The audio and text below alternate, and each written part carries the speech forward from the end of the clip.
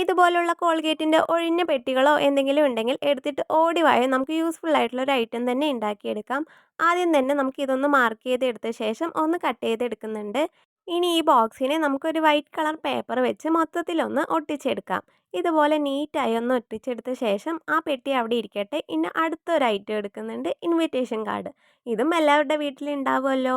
അപ്പോൾ അതും ഒന്നെടുത്ത് നമുക്ക് ഇതിലേക്ക് ഒരു ഇമേജ് ട്രേസ് ചെയ്ത് വരച്ചെടുക്കാം. ഇനി അതിലേക്ക് ഇതുപോലെ കളർ പെൻസിൽ ഉപയോഗിച്ച് ഞാനൊന്ന് വരച്ചെടുക്കാൻ നോക്കിയിട്ട് ആകെ കുളമായി. എനിക്ക് ഒട്ടും ഇഷ്ടമായില്ല. പിന്നെ സ്കെച്ച് വെച്ചൊന്ന് കൊടുത്തെടുത്തപ്പോൾ സംഭവം സെറ്റായി കിട്ടി.